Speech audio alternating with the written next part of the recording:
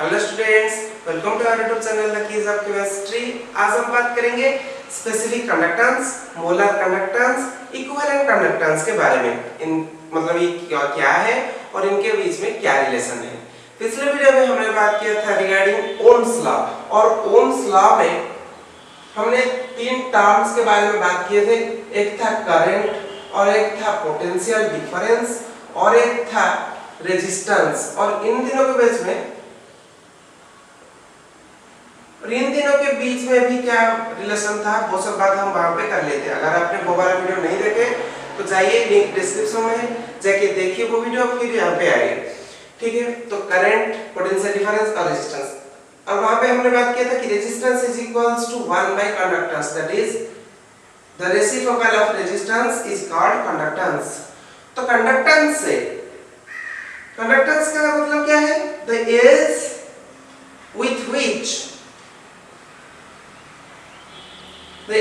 with which current flows through a conductor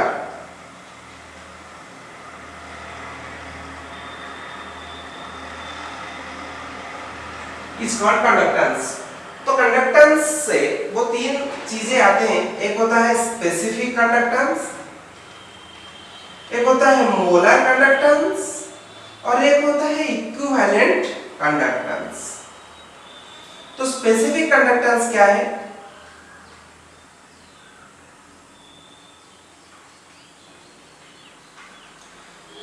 specific conductance, और इसको हम बोलते हैं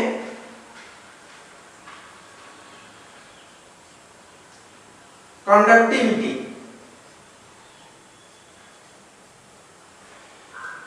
कैसे हम इसको पहले निकालेंगे मैथमेटिकली? देखो, conductance C is equals to 1 by R होता है, रेसिप्रोकल ऑफ रेजिस्टेंस। और रेजिस्टेंस का फार्मूला हमें पता है, that is resistance is equals to rho L by A।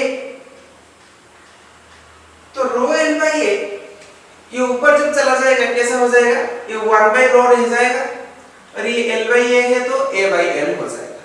ठीक है, तो 1 by रो को हमने लिया कापा, और इसको रख दिया A by L को L by A by L, C is equals to, तो ये हमारा फार्मूला निकला, C is equals to kappa A by L। तो यहाँ पे जो कापा है वो है स्पेसिफिक कंडक्टेंस कापा, स्पेसिफिक कंडक्टेंस। अगर स्पेसिफिक कंडक्टेंस K को लिखेंगे तो कैसे लिखेंगे? K is equals to C into L by A, ऐसा रहेगा। कापा is equals to C into L by A। तो क्या हमने लिखा है यहाँ पे? Specific conductance,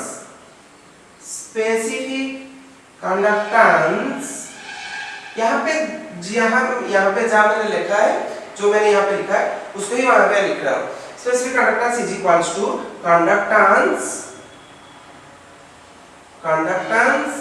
into L by A होता है cell constant.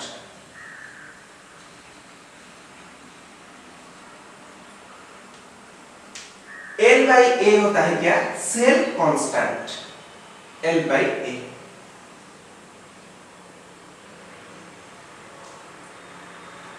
L by A and its value depends on magnitude of dimension।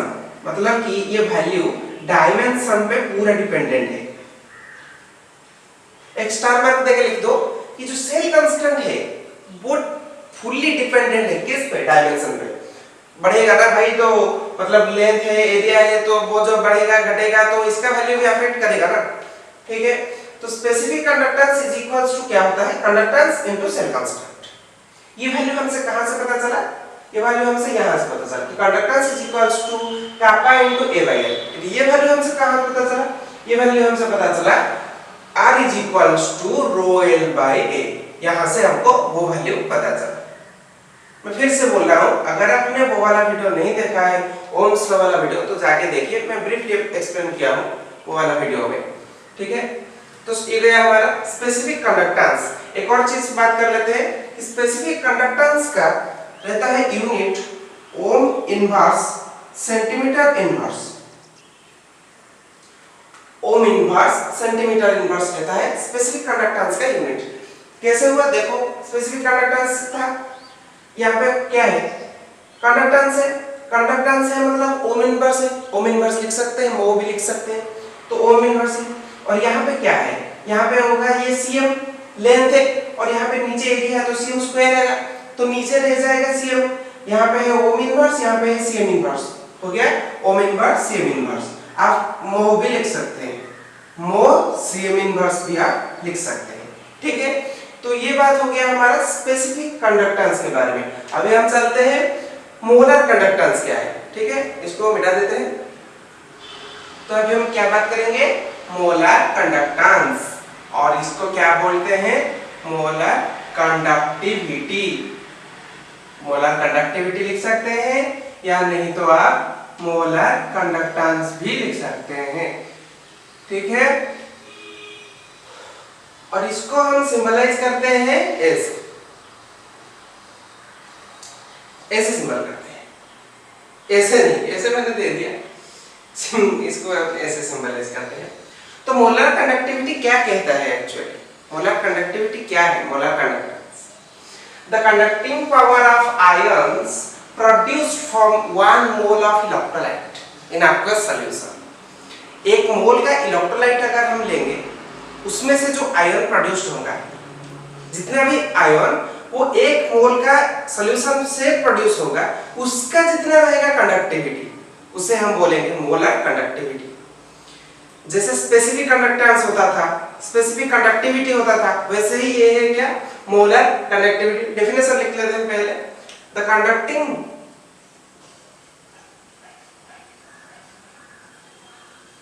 Conducting power of all the ions, the conducting power of all the ions produced from, कहाँ से, produced from 1 mole of electrolyte, 1 mole of electrolyte present in, जो कि कहाँ पे present है, present in aqueous solution, कोई सा भी aqueous solution में से जो इलेक्ट्रोलाइट प्रेजेंट है, एक मोल का इलेक्ट्रोलाइट में से जितना आयन प्रोड्यूस्ड हो रहा है, उनका जो कंडक्टेंस है, उनका जो कंडक्टिंग पावर है, उससे हम बोलेंगे molar conductivity. The conducting power of all the ions produced from 1 mole of electrolyte present in aqueous solution is called as molar conductance, उसे हम बोलते हैं मोलर कंडक्टेंस, ठीक है। इसको हम ऐसे सिंबलाइज करते हैं, and this is equals to kappa into volume, volume जो कि मोल में रहता है, इनटू दे दो। तो इसका यूनिट क्या रहता है, mole inverse centimetre square litre नहीं, यहाँ पे मैंने मोल लिया है तो मोल इनवर्स होगा, अगर हम लीटर लेते तो लीटर पे लिखते, लेकिन ये ऐसा यूनिट नहीं है। ऐसा यूनिट क्या है इसका, ऐसा यूनिट है मोल इनवर्स मीटर स्क्वायर। क्या भाई मोल मोल लिख दिया, आपने कुछ बताया भी नहीं, ये मोल नहीं होता है, ये क्या होता है, ohm, ohm, ohm inverse metre square mole inverse. तो ये मैंने कहां से डिराइव किया, ये मैंने कापा के वैल्यू से डिराइव किया। तो कापा के वैल्यू क्या था, कापा के वैल्यू था ओम इनवर्स सेंटीमीटर इनवर्स। देखिए कापा के वैल्यू, कापा का यूनिट ये होता है। अगर कापा का यूनिट आपको नहीं याद आ रहा है तो क्या करना है, रॉक पे जाना है और रॉक पे जाके फार्मूला लिखना है, कापा इज इक्वल्स टू CL/A, ये वाला फार्मूला। अगर ये वाला फार्मूला याद नहीं है तो आपको ये वाला फार्मूला याद है, equals to 1 by resistance is equals to 1 by rho L/A। Resistance तो आपको पता ही है ना, रेजिस्टेंस इज इक्वल्स टू क्या है, रो L/A। तो 1 बाय ये हो गया रो, ये हो गया 1 बाय L/A।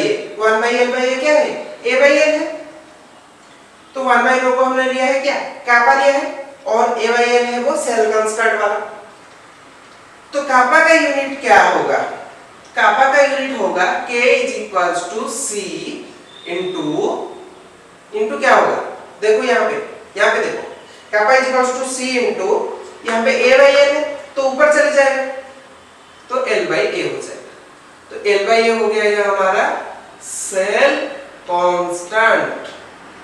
उससे छोड़िए यहाँ पे बात कीजिए, इसका यूनिट क्या होगा, कांस्टेंट सॉरी कंडक्टेंस है तो ओम इनवर्स है, L बाई A है, ऊपर का सेंटीमीटर है नीचे का सेंटीमीटर स्क्वायर है तो क्या रहेगा, सेंटीमीटर इनवर्स रहेगा। आप ऐसे भी लिख सकते हैं, ओम के जगह पे आप मो भी लिख सकते हैं। यहाँ पे जो मैंने ओम इनवर्स लिखा है ये पहला वाला ये है ऐसा यूनिट, ठीक है। यहाँ पे जो मैंने लिखा है जिस यूनिट पे क्या लिखा है, ohm inverse centimetre square mole inverse, यहाँ पे हमने ओम इनवर्स की जगह मो भी लिख सकते थे, ठीक है। तो क्या बात हुआ यहाँ पे, एक्चुअली में क्या हमको पता चला, हम आए थे किस लिए और क्या पाए। हम आए थे डेफिनेशन देखने के लिए कि मोलर कंडक्टिविटी का डेफिनेशन क्या होता है। Molar conductivity, the conducting power of all the ions produced from 1 mole of electrolyte present in aqueous solution is called as molar conductance और molar conductivity। मतलब हमको यहाँ पे पता चला कि मोलर कंडक्टिविटी क्या होता है, एक मोल का अगर aqueous solution लेंगे उसमें से जितना आयन प्रोड्यूस्ड होगा, जितना भी आयन प्रोड्यूस्ड होगा, उन सभी आयनों के क्या होगा, कंडक्टिंग पावर को हम बोलेंगे मोलर कंडक्टिविटी। हमें तो डेफिनेशन से सिर्फ यही पता चलता था, लेकिन जब हम फार्मूला डिराइव किए, जब हमको फार्मूला की पता चला कि क्या है एक्चुअली, तो वहां पे कापा आ गया। कापा क्या है, कापा है स्पेसिफिक कंडक्टेंस, स्पेसिफिक कंडक्टिविटी। तो देखो ये है हमारा मोलर कंडक्टिविटी और ये है स्पेसिफिक कंडक्टिविटी। तो इन दोनों से आप क्या रिलेट कर पा रहे हैं, ये डायरेक्टली प्रोपोर्शनल की तरह हो गया। ये वॉल्यूम है तो क्या होगा, कंसंट्रेशन के टर्म में अगर हम वॉल्यूम को रिप्रेजेंट करेंगे, यहाँ पे लिख दे रहा हूं, देखो volume is equals to 1000 divided by cm। क्या है, कंसंट्रेशन टर्म में अगर हमको लिखना पड़ेगा वॉल्यूम को, तो ऐसे हम लिखेंगे। इसको अगर मान लेते हैं कि एक टर्म कांस्टेंट है, तो यहाँ पे अगर ये कांस्टेंट है तो ये डायरेक्टली प्रोपोर्शनल हो गया। तो ये दोनों क्या हो गए, डायरेक्टली प्रोपोर्शनल। क्या क्या दोनों, molar conductance and specific conductance, molar conductance and specific conductance, specific conductance kappa. तो इन दोनों के बीच में क्या रिलेशन है कि जब ये इंक्रीज करेगा तो ऑटोमेटिकली स्पेसिफिक कंडक्टेंस भी उसका इंक्रीज कर जाएगा, और जब स्पेसिफिक कंडक्टेंस इंक्रीज कर रहा है तो मोलर कंडक्टेंस भी इंक्रीज करेगा, डायरेक्टली प्रोपोर्शनल की तरह हो गए। एक और चीज है दैट इज एक मोल, मतलब कि यहाँ पे कुछ फिक्स है कि एक मोल से ही जितना आयन प्रोड्यूस होगा, इसीलिए ही इसको बोलते हैं मोलर कंडक्टेंस। नहीं तो ये अगर इस वाला पॉइंट को हम मिटा देंगे तो ये दोनों तो सेम हो गए ना, स्पेसिफिक कंडक्टेंस मोलर कंडक्टेंस। यहाँ पे दो चीजें हैं, एक होता है हमारा एक मोल का इलेक्ट्रोलाइट होगा, दूसरी बात क्या है कि यहाँ पे आयन्स प्रोड्यूस्ड होंगे। तो आपको दो बातें याद रखना है। क्या क्या बातें दो, एक होता है कि यहाँ पे आयन्स होंगे, आयन्स के कंडक्टिंग पावर को ही हम लिखेंगे। पर्टिकुलरली यहाँ पे बोल दिया है कि आयन्स ही होंगे, ठीक है। दूसरी बात क्या है, 1 मोल ऑफ इलेक्ट्रोलाइट यहाँ पे होगा, एक मोल का इलेक्ट्रोलाइट। तो ये था मोलर कंडक्टिविटी। इसको डिराइव कर लेते हैं मैथमेटिकली कि molar conductivity and specific conductance के बीच में, स्पेसिफिक कंडक्टिविटी के बीच में क्या रिलेशन है मैथमेटिकली, ठीक है। तो बेटा देते हैं इसको। तो अभी हम इक्विवेलेंट कंडक्टेंस की पहले बात कर लेते हैं, उसके बाद हम रिलेशन देखेंगे इक्विवेलेंट कंडक्टेंस मोलर कंडक्टेंस के बीच में क्या रिलेशन है, इक्विवेलेंट कंडक्टेंस स्पेसिफिक कंडक्टेंस के बीच में क्या रिलेशन है, इक्विवेलेंट कंडक्टेंस के साथ इन दोनों के क्या क्या रिलेशन है वो देखेंगे, ठीक है। तो इक्विवेलेंट कंडक्टेंस, इक्विवेलेंट कंडक्टेंस सी पाएगा ना, हाँ, इक्विवेलेंट कंडक्टेंस। तो इसका डेफिनेशन क्या कहता है, इसका डेफिनेशन भी मोलर डेफिनेशन, मोलर कंडक्टेंस के डेफिनेशन की तरह ही है। ये क्या कहता है, डेफिनेशन इसका, the conducting power of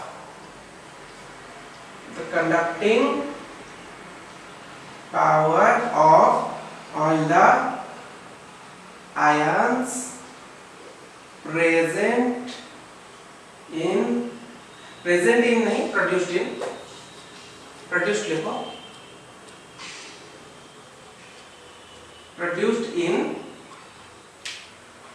1 gram equivalent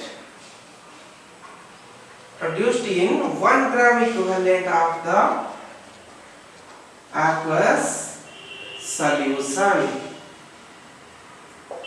वहां पे हमने क्या बात किया था कि वहां पे भी हमने बात किया था आयन का प्रोड्यूस होना है, और वहां पे हमने बात किया था 1 mole of electrolytes.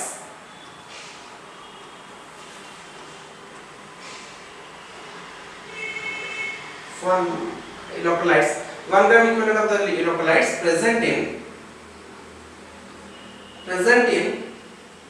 aqueous solution is called, complete कर लेते हैं पहले, is called equivalent conductance। ठीक है, इसे हम क्या बोलते हैं, इक्विवेलेंट कंडक्टेंस। इसको कैसे दिखाते हैं, ऐसे EQ। ठीक है, तो वहां पे हमने क्या बात किया था, वहां पे हमने बात किया था आयन का फॉर्मेशन होने में, आयन मतलब कि आयन का फॉर्मेशन होता था, और साथ ही साथ वहां पे था 1 मोल का इलेक्ट्रोलाइट्स में से जितना आयन प्रोड्यूस करेंगे। लेकिन यहाँ पे बातचीत कुछ अलग है, क्या है कि वहां यहाँ पे भी आयन ही है, लेकिन 1 ग्राम इक्विवेलेंट में से जितना आयन प्रोड्यूस होंगे, क्या होगा, 1 ग्राम इक्विवेलेंट से जितना आयन प्रोड्यूस होंगे उसको ही हम बोलेंगे इक्विवेलेंट कंडक्टेंस। नहीं, वो जो आयन प्रोड्यूस करेंगे उनको तो आयन ही बोलेंगे ना, जो आयन प्रोड्यूस करेंगे वो आयन के जो कंडक्टिंग पावर होंगे, वो आयन जो कंडक्ट करेंगे, वो जो कंडक्टिंग का वो जो नेचर होगा उससे हम बोलेंगे इक्विवेलेंट कंडक्टेंस। जितना आयन प्रोड्यूस होगा उतना आयन ही होगा, जो आयन प्रोड्यूस होंगे उनका जितना रहेगा कंडक्टिंग पावर उसको हम बोलेंगे इक्विवेलेंट कंडक्टेंस। फिर से लिख लो, देख लो पहले क्या लिखा आपने, the conducting power of all the ions produced in 1 gram equivalent of the electrolytes present in aqueous solution is called equivalent conductance. तो देखो क्या रिलेशन है, क्या है इसका फार्मूला, क्या है, equivalent conductance is equals to specific conductance into volume. तो वहां पे भी था ये, अब यहाँ पे भी है वॉल्यूम है, तो क्या डिफरेंस है, v की जगह पे अगर हम लिखेंगे 1000 by c मतलब कंसंट्रेशन टर्म हमने यूज किया, cc के टर्म में, वॉल्यूम को वहां पे भी cc के टर्म में यूज करते हैं। यहाँ पे जो वॉल्यूम लिखते हैं, हो गया, अब समझ में आ गया, kappa into 1000 by c। तो c को हम ओमिट करके क्या लिख सकते हैं वहां पे, सॉरी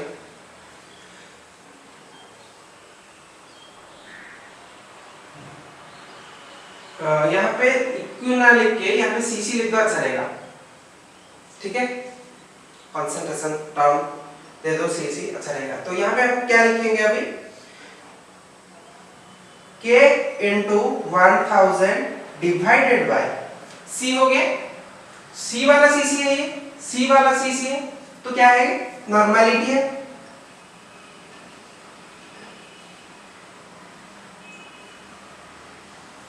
और इसको एक स्टार मार्क दे दो। जब आपको पूछा जाएगा नॉर्मलिटी, आपको दिया जाएगा मतलब कि नॉर्मलिटी गिवन है, वैसे तो कभी नॉर्मलिटी गिवन नहीं होता क्वेश्चन में, अगर नॉर्मलिटी गिवन है आपको के पूछा जाएगा, ये गिवन रहेगा, क्वेश्चन आएगा। नहीं तो नॉर्मलिटी आपको पूछा जाएगा और ये दोनों क्वेश्चन रहेगा, तो आपको ये फार्मूला यूज करना है और पुट कर देना है। अगर आपको नॉर्मलिटी में समझ नहीं आ रहा है कि नॉर्मलिटी क्या है, तो वो वाला वीडियो डिस्क्रिप्शन में है, जाके देख लीजिए, मैंने एक्सप्लेन किया हुआ है नॉर्मलिटी क्या है, मोलारिटी क्या है, वो जो कंसंट्रेशन टर्म्स है उन सभी को हम डिस्कस किए हैं। ठीक है, ये वाला को एक स्टार मार्क देके लिख लो पॉइंट को। तो इसका हम अभी देखेंगे क्या, किसका क्या होता है यूनिट। ठीक है, इसका यूनिट होता है ohm inverse centimetre square gram equivalent inverse. Equivalent को मैंने इक्यू लिख दिया। Ohm inverse centimetre square gram equivalent inverse, और ओम इनवर्स सेंटीमीटर इनवर्स कहां से आया मेरा, के से आया, और बाकी का वो जो ग्राम इक्विवेलेंट था तो ग्राम इक्विवेलेंट पुट करेंगे। वहां पे कैसे था, वहां पे था क्या था भाई, वहां पे था ohm inverse centimetre square mole inverse. देख रहे हो फटो, ठीक है। तो इसको मिटा देते हैं, कंफ्यूज नहीं होना है। यहाँ पे ग्राम इक्विवेलेंट है, मतलब इक्विवेलेंट कंडक्टेंस है तो ग्राम इक्विवेलेंट होगा। 1 ग्राम इक्विवेलेंट से जितना आयन प्रोड्यूस होंगे उनका जो कंडक्टिंग पावर रहेगा उससे हम बोलेंगे इक्विवेलेंट कंडक्टेंस। वहां पे क्या था, वहां पे था 1 मोल के जो इलेक्ट्रोलाइट्स होंगे उनमें से जितना आयन प्रोड्यूस होंगे उन्हें हम बोलते हैं मोलर कंडक्टेंस, मोलर कंडक्टिविटी। 1 मोल के इलेक्ट्रोलाइट अगर है, 1 मोल के इलेक्ट्रोलाइट में से जितना आयन प्रोड्यूस हो रहे हैं उनका हम बोलते हैं मोलर कंडक्टिविटी। कंफ्यूज नहीं होना है आपको, ग्राम इक्विवेलेंट है तो 1 ग्राम इक्विवेलेंट ही होगा, ठीक है। और अभी देखते हैं हम, अभी हमको पता चल गया ना इक्विवेलेंट कंडक्टेंस क्या है, और ये हमारा रिलेशन अभी निकल गया है equivalent conductance and specific conductance का। अभी हमको निकालना है क्या, equivalent conductance and molar conductance, इन दोनों के बीच में एक रिलेशन अभी निकालना है। उसके बाद 2-3 एग्जांपल करेंगे, ठीक है। तो मिटा देते हैं इसको।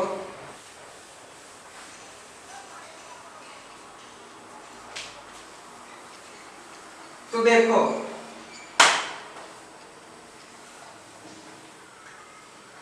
तो क्या करेंगे हम, equivalent conductance and molar conductance में रिलेशन हम निकालेंगे, ठीक है। तो इक्विवेलेंट कंडक्टेंस का लिखो फार्मूला। इक्विवेलेंट कंडक्टेंस होता है कि कापा के इनटू 1000 डिवाइडेड बाय, इक्विवेलेंट का क्या होता है, नॉर्मलिटी। और यहाँ पे क्या लिखा है आपको, molar conductance that is equals to kappa into 1000 divided by क्या होता है, मोलारिटी, भाई सॉरी मोलारिटी। तो क्या करेंगे हम ट्राई करेंगे कि इन दोनों के बीच में कुछ रिलेशन है या नहीं, देखेंगे। ट्राई करेंगे इक्वलेट करने के लिए, क्योंकि ये हो गया हमारा इक्वेशन नंबर 1, ये हो गया हमारा इक्वेशन नंबर 2। तो क्या करेंगे, देखो भाई यहाँ पे कापा है, यहाँ पे भी कापा है, तो अगर हम कापा को इस साइड ले आते हैं तो ये दोनों इक्वेट हम कर सकते हैं, ठीक है। ले आएंगे कापा भाई, तो आ जाएगा, वो आ गया।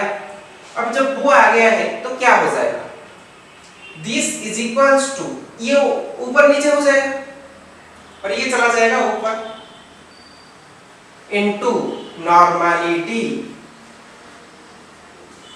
Divided by 1000। यहां पे क्या होगा, इसको दे देते हैं a। यहां पे क्या होगा, देखो kappa is equals to, kappa is equals to what, kappa is equals to molar conductance into molarity, into molarity। मैं फिर से बोल रहा हूं, अगर आप नॉर्मलिटी मोलारिटी में उतना कंसेप्ट क्लियर नहीं है आपका तो लिंक डिस्क्रिप्शन पे है, जाके देख लीजिए वो वीडियो, उसमें मैंने नॉर्मलिटी मोलारिटी मोलारिटी सब कुछ बताया है, डिवाइडेड बाय 1000, और इसको हम देंगे b। तो अभी हम इक्वेट कर सकते हैं a को और b को, अभी हम इक्वेट कर सकते हैं क्योंकि यहाँ पे k है और यहाँ पे भी k है। सो क्या हो गया हमारा कि this is equals to this. अभी जब k के वैल्यू इतना है, k के वैल्यू इतना है, तो ये दोनों तो इक्वेट हो गए ना। तो क्या लिखेंगे हम, normality divided by 1000 is equals to what, is equals to molarity into molarity divided by 1000। तो यहाँ पे एक और चीज भी हमारा सामने आया है, क्या है, यहाँ पे 1000 है, यहाँ पे 1000 है, तो ये दोनों तो कैंसिल हो गए।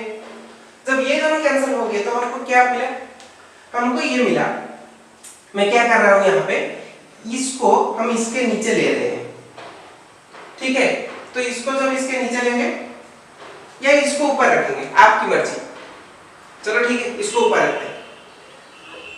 Divided by is equals to क्या हमको बना के देगा, इसको मैंने ऊपर रखा तो इसको आके डिवाइड किया, तो ये जाएगा कहां पे, इसके नीचे। ये वाला आया इसके नीचे लग गया है, तो ये वाला जाएगा इसके नीचे लगने। That is equals to normality by molarity. That is equals to normality divided by molarity. अब जब नॉर्मलिटी को मोलारिटी पे डिवाइड करेंगे तो क्या आएगा, x बार क्या है, x बार मैंने लिख लिया, that is acidity of A base, basicity क्या होता है, बेसिसिटी ऑफ ए एसिड, और इसको भी बोल सकते हैं total valency of metal atom.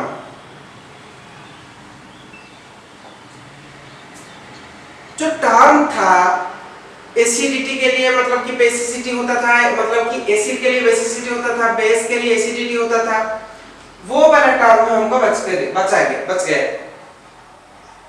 Sorry, तो क्या हमारा रिलेशन निकला, हमारा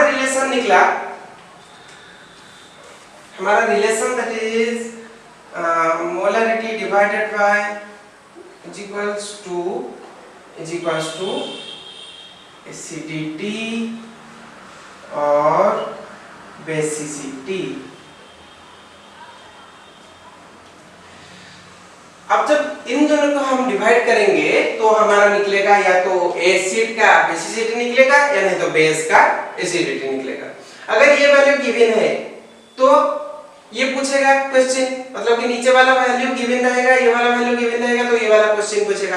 नहीं तो क्वेश्चन में ये दोनों वैल्यू दिया जाएगा, आपको पूछा जाएगा कि इसका एसिडिटी क्या है। अगर कुछ भी लिखा गया है जैसे कि NaOH लिखा गया है, H2O लिखा गया है, तो इन दोनों के वैल्यू में मतलब कि इन दोनों का एसिडिटी बेसिसिटी आपको तो पता ही है। जिसका नहीं पता है, जिसका मतलब कि कुछ दिया ही नहीं गया है कि कौन सा है, वो सिर्फ ये दोनों वैल्यू दिया गया है, तो आपको इजीली पता चल जाएगा कि उसका एसिडिटी क्या है, बेसिसिटी क्या है। इतना इजी क्वेश्चन तो नहीं आएगा, लेकिन हम 2-3 क्वेश्चन अभी कर रहे हैं, आपको इजी रहेगा करने के लिए। आप कुछ काम करिए कि मैं 2-3 क्वेश्चन कर लूंगा, आप 2-3 और क्वेश्चन कर लेंगे तो पूरा कांसेप्ट आपका क्लियर हो जाएगा। ठीक है, देखिए अगर एक ऐसा इंटरफेस वाला क्वेश्चन आता है कि 2-3 क्वेश्चन आपको दिया जाएगा, स्पेसिफिक कंडक्टेंस A का दिया जाएगा, B का दिया जाएगा, और आपको पूछा जाएगा कि स्ट्रॉन्ग इलेक्ट्रोलाइट इनमें से क्या है, कौन सा है स्ट्रॉन्ग इलेक्ट्रोलाइट। हम क्वेश्चन एक कर लेते हैं। अगर इसको लेके हम क्या 6 लेते हैं, 6 क्या लेंगे, ओम इनवर्स सेंटीमीटर इनवर्स, और इसको कितना लेंगे, कुछ भी ले लो भाई, 4 ले लो, 4 ओम इनवर्स सेंटीमीटर इनवर्स। तो स्पेसिफिक कंडक्टेंस A का गिवन है, B का गिवन है, हमको पूछा गया है कौन सा है स्ट्रॉन्ग इलेक्ट्रोलाइट। तो हम क्या करेंगे, हमको पता है स्पेसिफिक कंडक्टेंस A का क्या है 6 ओम इनवर्स सेंटीमीटर इनवर्स। तो स्पेसिफिक कंडक्टेंस और स्पेसिफिक रेजिस्टेंस ये दोनों क्या है, रेसिप्रोकल है। तो resistance of A that is equals to क्या होगा, रेसिप्रोकल हो जाएगा, that is equal to 1/6 ohm cm, ohm inverse था, रेसिप्रोकल है तो ओम सीएम हो गया। 1/6 का वैल्यू क्या आएगा, 1/6 का वैल्यू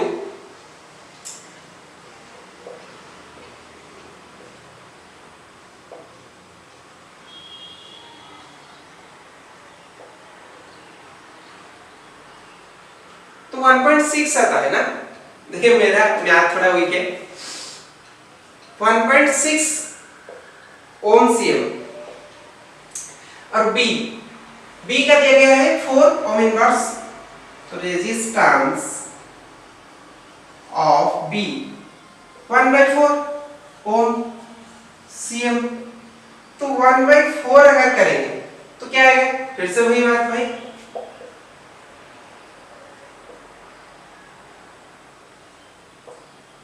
2.5। अरे ये तो वैसे ही 2.5 पे होता था, 2.5 ओम सेंटीमीटर, करवाली भेज दी। तो ये है 2.5 ओम सेंटीमीटर, ये है 1.6। तो इन दोनों में से क्या ज्यादा है? इसका ज्यादा है, बी का। बी का रेजिस्टेंस ज्यादा है, मतलब कि बी का कंडक्टेंस क्या होगा? कम होगा।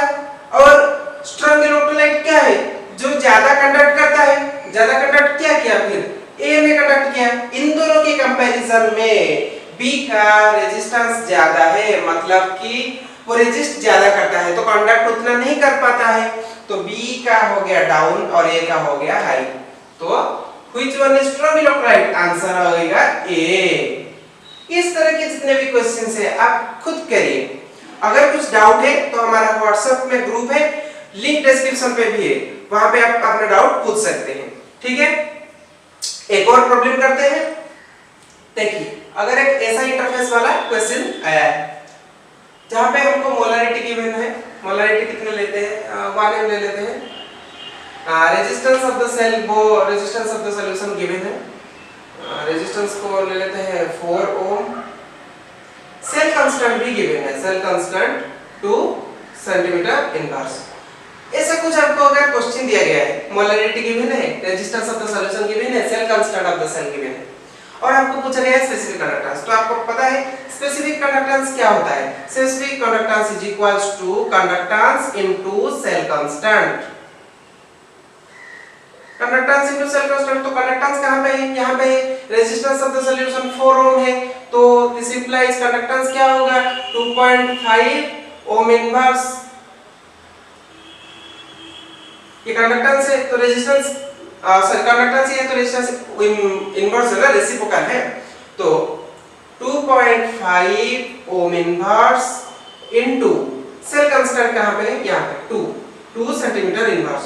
तो इसका यूनिट आपको पता है स्पेसिफिक कंडक्टेंस का क्या है? ओम इनवर्स सेंटीमीटर इनवर्स, और इन दोनों को मल्टीप्लाई कर दो 5.0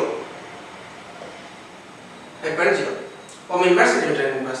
ये हमारा निकल गया स्पेसिफिक कंडक्टेंस। अगर क्वेश्चन में कुछ पॉइंट देता, क्योंकि यहाँ पे मोलरिटी का सॉल्यूशन जो दिया गया है उसका कुछ यूज नहीं है, अगर क्वेश्चन आता इसका क्या निकालो? मोलर कंडक्टेंस निकालो। अगर क्वेश्चन दिया जाता है कि मोलर कंडक्टेंस निकालो, तो मोलर कंडक्टेंस हम कैसे निकालेंगे भाई? मोलर कंडक्टेंस हम निकालेंगे K into 1000 divided bye molarity. तो पुट कर दो, आंसर निकल जाएगा। Molarity of the solution, molarity है 1 है, ये 1000 का 1000 रहेगा, और ये स्पेसिफिक कंडक्टेंस, स्पेसिफिक कंडक्टेंस यहां पे 5.0 into 1000 divided bye molarity 1 m। Put कर दो, आंसर निकल जाएगा। तो ये था क्वेश्चंस, आप खुद ट्राई करो। अगर कुछ डाउट है तो व्हाट्सएप पे हमको पूछ सकते हैं आप। ठीक है, अभी हम बात करेंगे what are the factors that affect the conductance. सबसे पहली बात क्या है? सबसे पहली बात है नेचर। ऊपर हेडिंग दो factors, what are the factors that affect the conductance, और सबसे पहली बात लिखो nature, nature of the conductor, nature of the electrolyte, nature of the electrolyte. तो भाई साहब नेचर से कैसे डिपेंडेंट है? देखो, दो तरह की इलेक्ट्रोलाइट होते हैं, एक होते हैं स्ट्रॉन्ग इलेक्ट्रोलाइट और एक होते हैं वीक इलेक्ट्रोलाइट। तो strong electrolyte like HCl, NaCl, इनका क्या है? कंडक्टिविटी इनका ज्यादा है। जो वीक इलेक्ट्रोलाइट्स है वो डिसोसिएट वीक होता है, मतलब वो डिसोसिएट उतना नहीं कर पाते हैं, तो इसीलिए उनका कंडक्टिविटी भी लो है, इनका कंडक्टिविटी हाई है। और वीक का क्या है? NH4OH, CH3COOH, ये सब हो गए हमारे weak electrolyte. Strong electrolyte, weak electrolyte, वो वाला वीडियो भी लिंक डिस्क्रिप्शन पे है, जाके देख सकते हैं। ठीक है, तो ये हो गया पहला point, nature of the electrolyte. अभी सेकंड पॉइंट लिखो। सेकंड पॉइंट पे क्या लिखना है आपको? कंसंट्रेशन। कंसंट्रेशन वाला फैक्टर कैसे अफेक्ट करता है कंडक्टेंस पे? देखो, कंसंट्रेशन डिक्रीज अगर करेगा तो ही कंडक्टेंस इंक्रीज करेगा, मतलब कि डाइल्यूशन जो होता है, कंसंट्रेशन डिक्रीज करता है तो डाइल्यूशन होता है, तो वहां पे ही कंडक्टेंस इंक्रीज करता है। तो ये हो गया हमारा इनवर्सली प्रोपोर्शनल की तरह। मतलब कि कंसंट्रेशन अगर इंक्रीज करेगा तो कंडक्टेंस डिक्रीज करेगा। अभी आते हैं हम थर्ड पॉइंट पे। थर्ड पॉइंट क्या है? Temperature. The third and the last one that is temperature. तो भाई साहब टेम्परेचर पे भी डिपेंड करते हैं क्या? हाँ। कैसे डिपेंड करता है?